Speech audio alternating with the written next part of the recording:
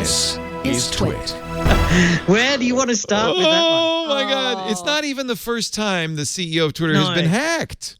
No. I think the amusing thing here is that, Twitter is still open to SMS because the fundamental attack vector here was that they were able to the hackers were using the SMS vector to actually send text messages from an SMS. So what they actually By the way, must without have done authentication.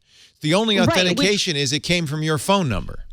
That's right. So they got Jack Dorsey's phone number. They SIM-jacked him. They SIM-jacked him, but also Twitter's options. I mean, it's amazing that because I have Twitter two-factor set up. Yes. And it's not through SMS. I have to use it. No, it's a little tricky because you have to turn on SMS and then add something else and then turn off SMS. But I use a YubiKey. So nobody's gonna hack my account. Jack Dorsey doesn't have that? Well, why would he? He never uses it. It's not like he uses Twitter or anything. He's spending most of his time meditating and fasting or something. But, whatever. I think the interesting thing here is, for me and my focus on business and the land of corporates is that you can't trust your telcos. They're not secure. No. They're not safe. They're incompetent businesses. Don't use SMS for two-factor. And if you do, I agree. You can with some telcos. Like T-Mobile texted me last year saying, "Please put a pin on your account so that you don't get SIM-jacked." Right? But even if you do that, social engineering, like AT&T, a number of people have talked about that. Like, because I have those things on my account, and then I always worry. Okay, here's the one company I will call out as I'm so angry with them about this because it's money, and I've had to turn off two-factor, which I don't want to do, but I don't feel comfortable having it tied to SMS. That's PayPal. PayPal refuses to use OTP for two-factor. PayPal is the first company I used a dongle with, but the problem is they always have a fallback to SMS. Well, and whatever the weakest link is, that's the one that the bad guys will use. And even now they've changed, from what I understand, they don't even have a dongle system anymore. No, it's SMS only. They got rid of it. But you know what? My bank does that. Most banks still use SMS. So terrible. And the worst one, Verizon, of all people, they use the secret question methodology. I know. Which I don't mind if I can provide completely random answers. But no, the answers are in a drop-down. Yeah. So there is a limited set of questions and a limited set of possible answers, and it's in a freaking drop-down. Yeah. Give me a break. I mean, the fallback from here, Leo, or my extension of that is you can criticize the methodology, but at the end of the day, you can't trust a telco.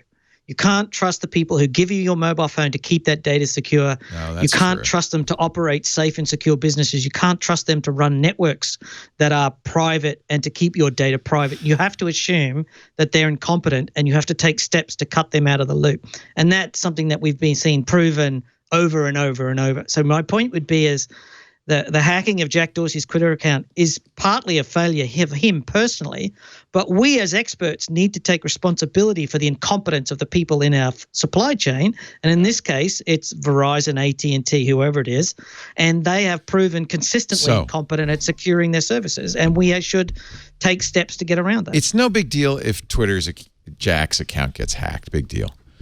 No, it's not like he uses it. Do you think it's safe to assume the president has two-factor on his Twitter account? No. I think it's safe to say someone's monitoring it closely. Because, I mean, all he has to do, somebody has the chuckling, what is it, the chuckling group that hacked Jack? You got to figure the chuckling group is thinking if we could only get the president's tweets, we could launch an atomic war. Yeah. I mean, he had a secret phone for a long time. He didn't like whatever phone that they gave him. No, he's using some old Android 4 phone. That's what I'm saying. So, yeah, I mean, I genuinely, obviously. There's got to be a Secret Service guy who's watching over his shoulder or something. It's got to be. I would bet it's already been hacked. We just don't know it because he's on a 7-second delay. Oh, of course. And there's somebody at Twitter he's got his own server at Twitter. And there's somebody at Twitter headquarters just vetting everything. No, because how do you even know what's real and what's not? It all sounds nuts. Well, but also remember when the contractor blocked, deactivated his account? Yeah.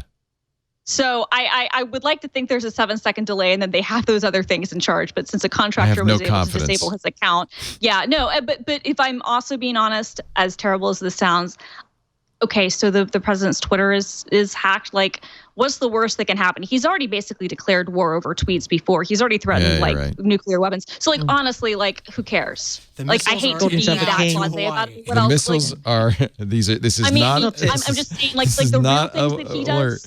Yeah, this is not the Twitter is not a system of record. It's not. It is not a system of record. And courts have held it is a system of record. It is. Yeah. It's legally a system of record. It can be. It is. It can be. It shouldn't be. It can make the stock market drop 400 points in one day. It can and has. Yeah. So if you think, Greg Farrow, that the telcos are untrustworthy, what about Twitter? Well, let's not go there.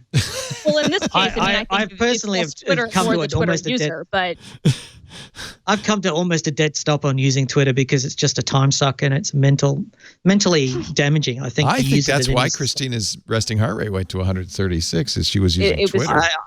I could certainly go with that. Totally. That will do it to me. A couple of DMs from some people that are just not worth reading. Yeah, it can be like that. No, I think the takeaway here is the fact that your telco is incompetent and should not be trusted to handle SMS. The system that lets you hijack a SIM or to emulate you can get into the SS7 signaling and spoof a message and make it look like it comes from your phone has been vulnerable for 20 years and they've done nothing about fixing it. System 7, is it? Yeah. Yeah. That's just a nightmare too. There's SS7. There's another nightmare.